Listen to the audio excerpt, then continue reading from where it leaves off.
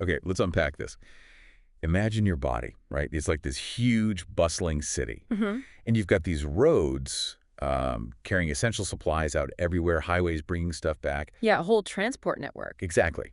And there's even like a separate system for cleanup and, specialized deliveries. That whole intricate setup, that's your vascular system, And it's working nonstop, 24/7, mostly unnoticed. silently keeping you alive. And we've got a really fascinating deep dive plan today. We're working from a detailed source, a chapter covering the anatomy and physiology of this whole system. Specifically hitting the arteries, the veins, and that lymphatic system too. Right, the big three components. Our mission here really is to sort of navigate this incredible map for you. You want to cut through some of the complexity. It can get pretty dense. It can.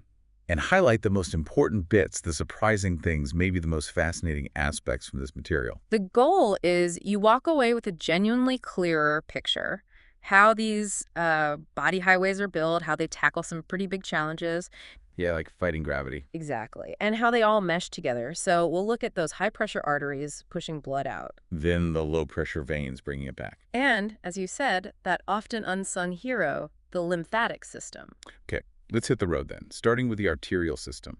These are the body's, high-pressure superhighways, built specifically to move blood away from the heart. And that word pressure is absolutely key here. The source material points out the mean arterial pressure is typically around 100 millimeters of mercury. That's pretty significant. Wow, okay. So these vessels aren't just simple pipes. They are built to handle that force. And we see, broadly, two main types mentioned. You've got the bigger, straighter, conductive vessels. Think of them like main trunks. Right, the major routes. And then the distributive vessels that branch off those, more like the exits leading to different regions or neighborhoods in our city analogy. Got it. Main arteries, then smaller ones branching off. Where does the real action happen in terms of controlling flow? Well, that really comes down to the arterioles. The material calls them the last small branch of the arterial system. Okay. This is where the fine-tuning happens, the control over how much blood goes into specific tissues, and, really importantly, this is where you see a massive pressure drop. How massive are we talking? It goes from about 85 millimeters of mercury at the start of the arteriole down to roughly 30 by the time it ends. Wait, hang on.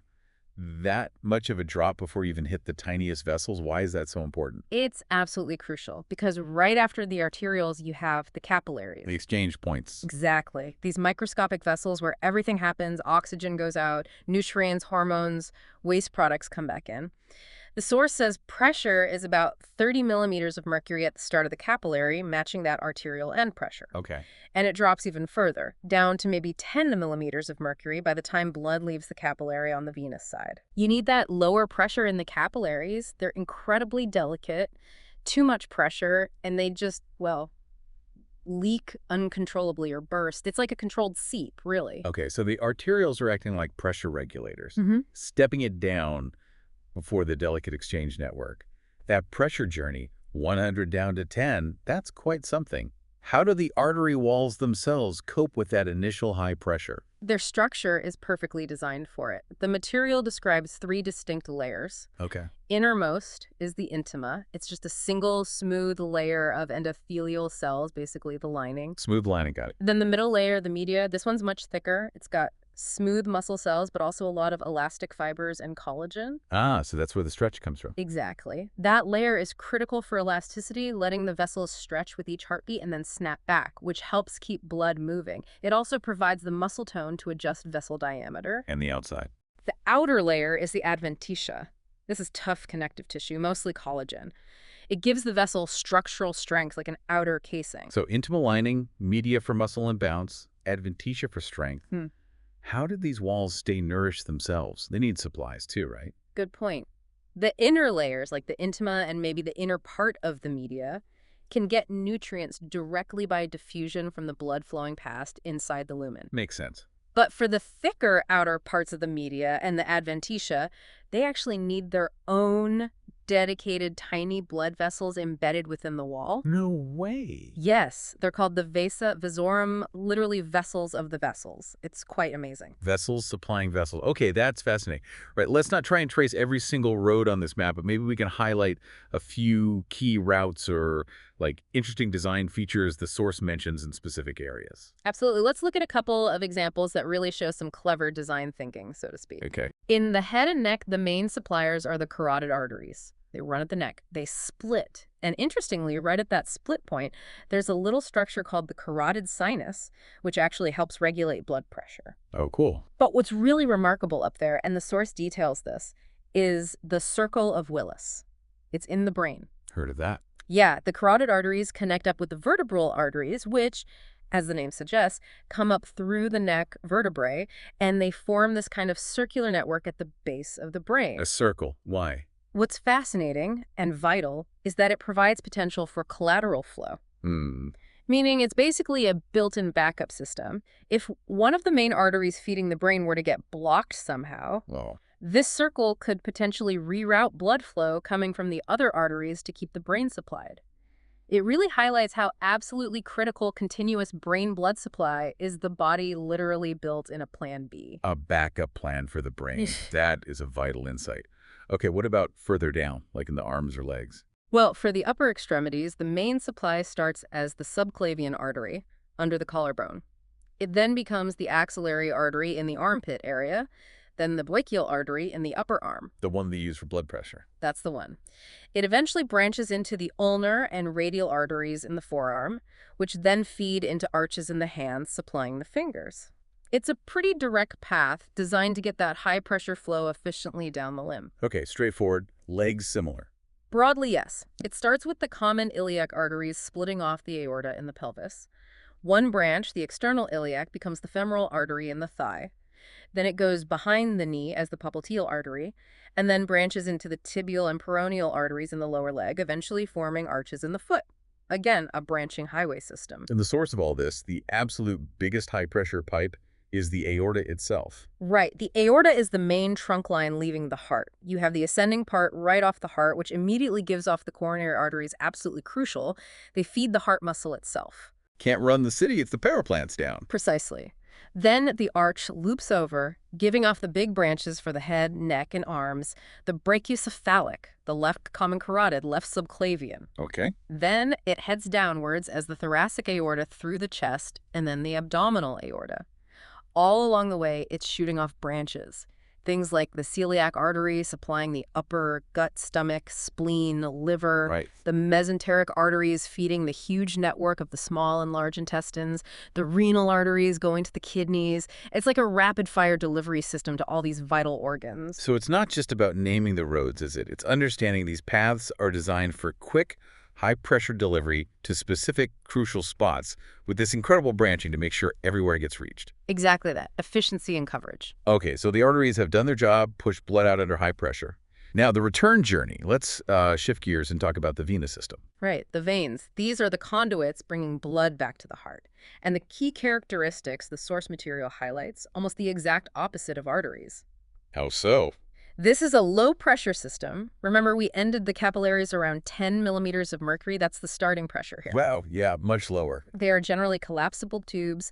The flow can be intermittent, not always perfectly smooth, and crucially, they are highly compliant.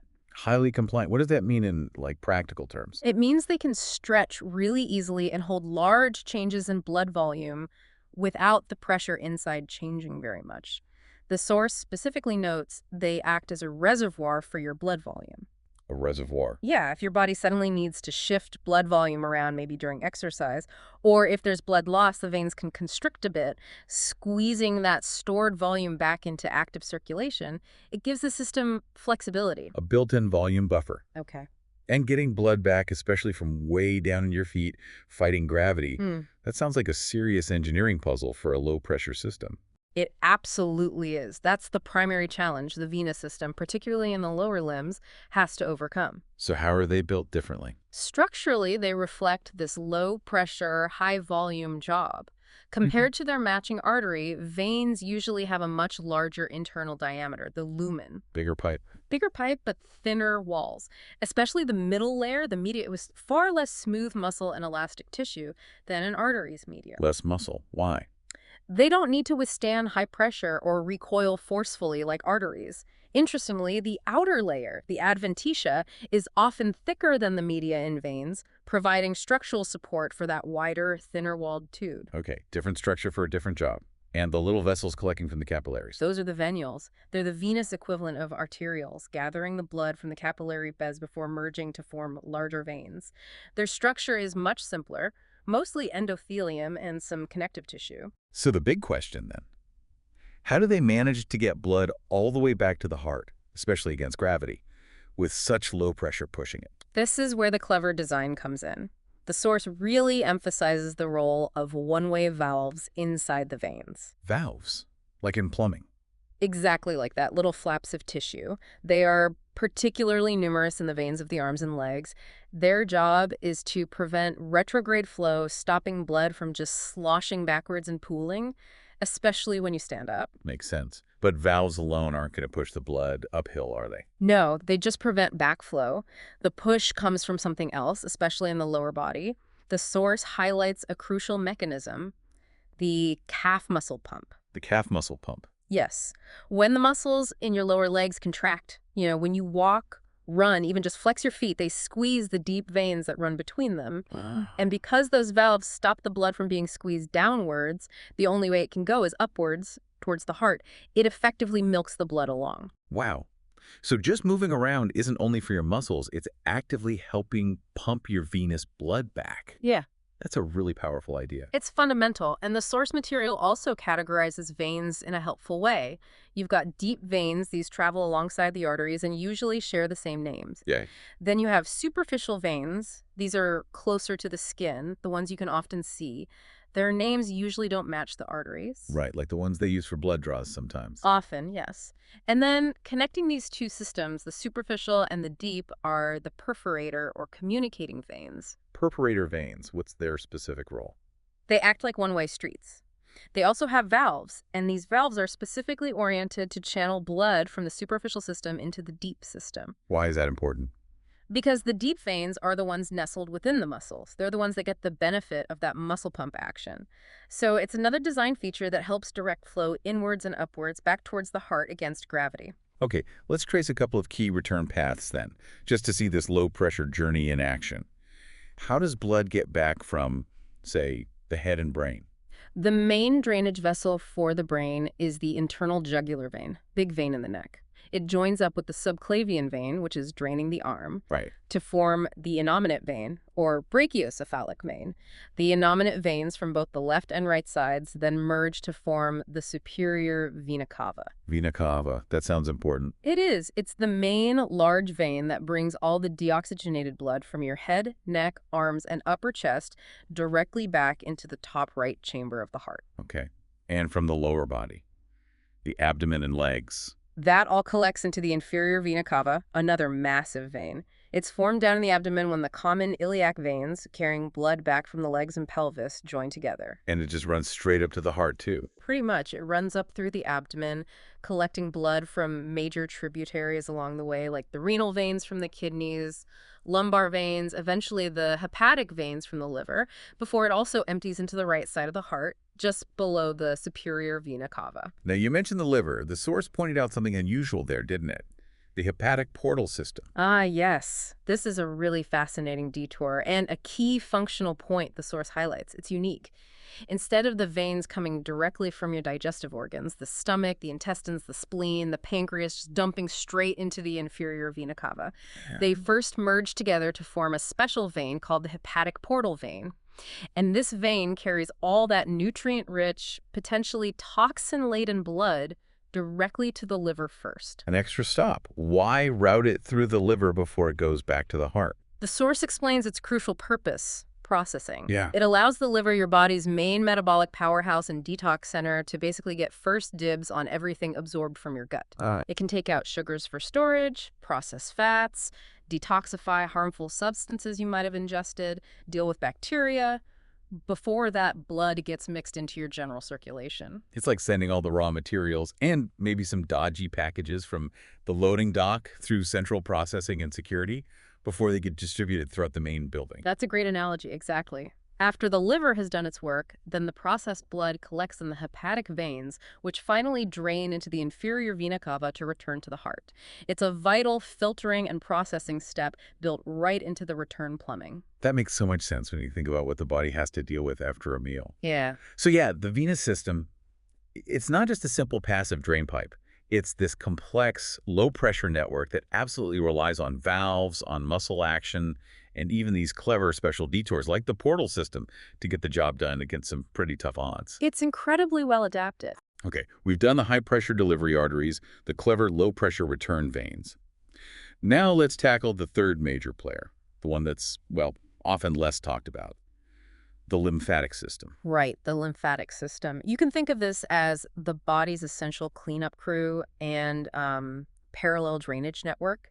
It works right alongside the blood vessels. How does it fit in? Well, as the source explains, back in those tiny capillaries, there's always fluid moving back and forth between the blood and the space around your cells, the interstitial space. Okay.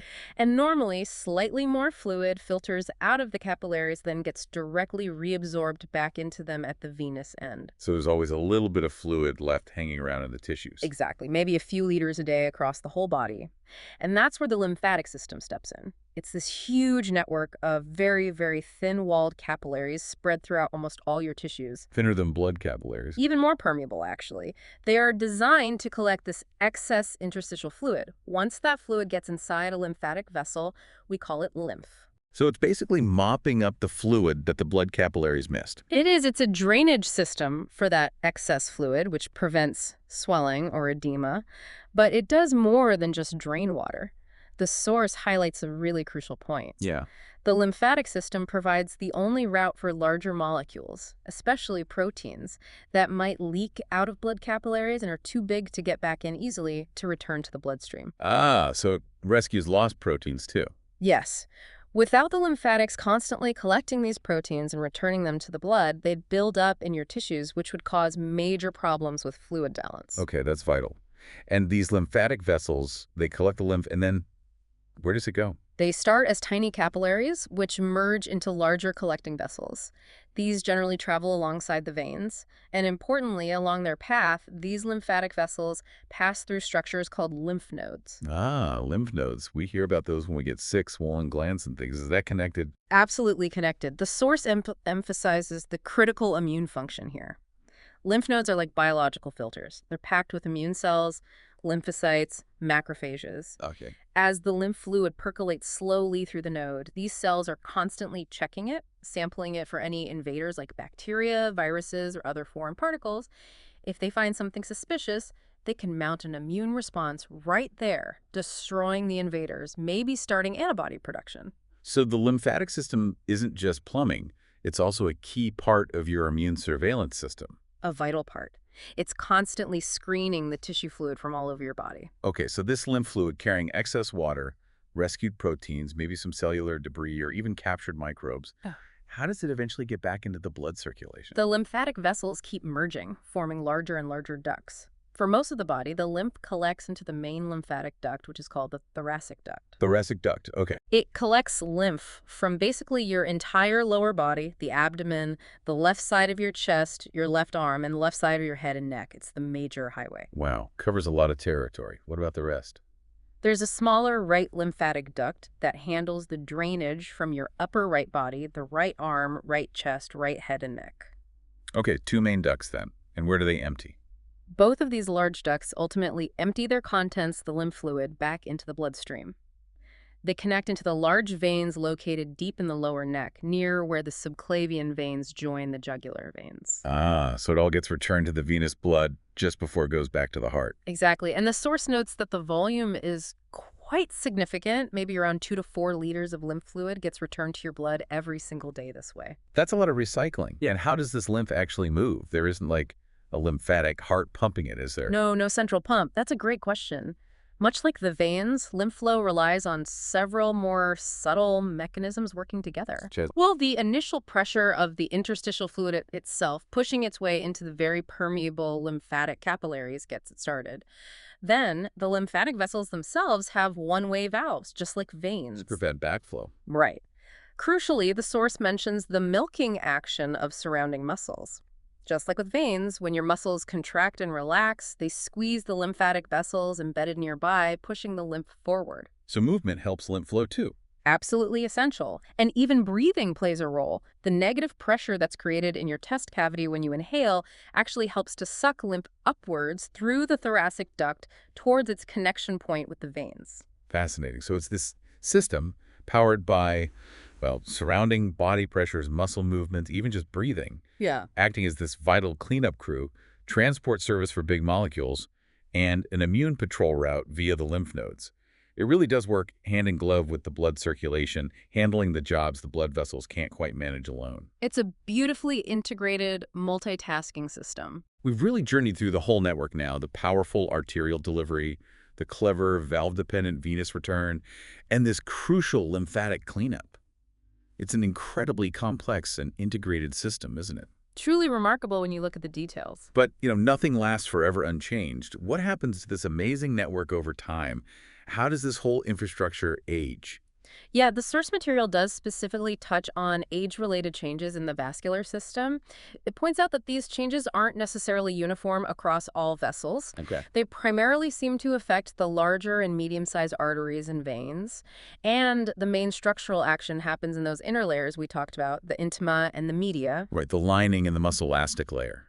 What kind of changes does the source say we typically see in those layers as people get older? Well, it lists several specific things. You tend to see an increase in the actual thickness of the intima, that inner lining. It gets thicker. Yes. And within that thickened intima, there's often an increase in the amount of collagen deposited. Collagen. Yeah, That makes things tougher, less flexible. exactly. So linked to that, you see a decrease in overall elasticity. The vessels become stiffer, less compliant. Okay, thicker and stiffer. Hey. What else? The source also mentions degeneration of the internal elastic membrane. That's the thin, wavy barrier between the intima and the media. It starts to break down or fray. There can also be calcification occurring within the elastic tissue itself, further contributing to stiffness. And finally, it mentions degeneration of the smooth muscle cells within the medial layer. The muscle layer weakens.